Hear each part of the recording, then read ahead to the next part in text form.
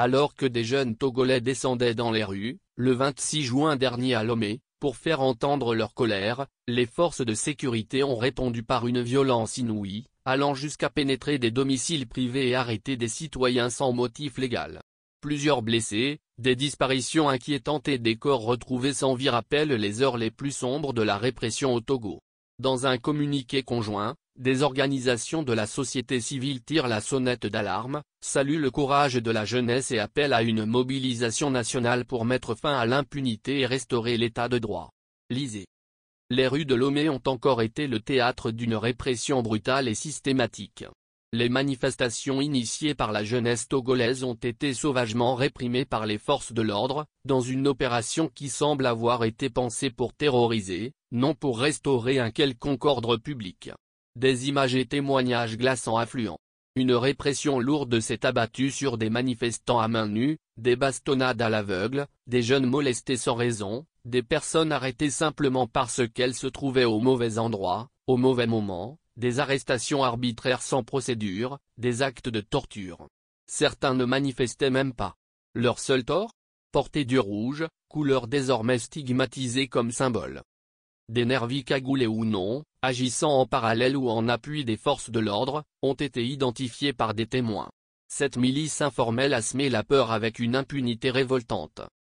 À Enfamé, aujourd'hui vers 13 h, alors qu'il n'y avait aucune manifestation, des habitants nous ont expliqué comment des éléments des forces de l'ordre ont défoncé des portails pour faire irruption dans des domiciles. Ils ont défoncé les portes des chambres pour finalement partir avec deux jeunes qui étaient en train de tranquillement manger du riz. Les conséquences humaines sont lourdes, plusieurs blessés, dont certains gravement atteints, nécessitent une intervention chirurgicale pour fracture. Une répression sans distinction, sans retenue, qui frappe aveuglément. Le drame a pris une dimension encore plus funeste avec la découverte, dans le 4 lacs à Akodesewa, de deux corps sans vie. Les premiers éléments recueillis auprès de proches et de témoins laissent à penser qu'il s'agirait de deux membres d'une même famille, originaires d'un pays voisin disparus dans la nuit du 25 au 26. De forts soupçons orientent vers des éléments des forces de l'ordre qui auraient procédé à leur interpellation. Deux autres corps ont été repêchés cet après-midi dans la lagune de Baie. Des témoignages concordants font état d'au moins un autre corps non encore sorti de l'eau.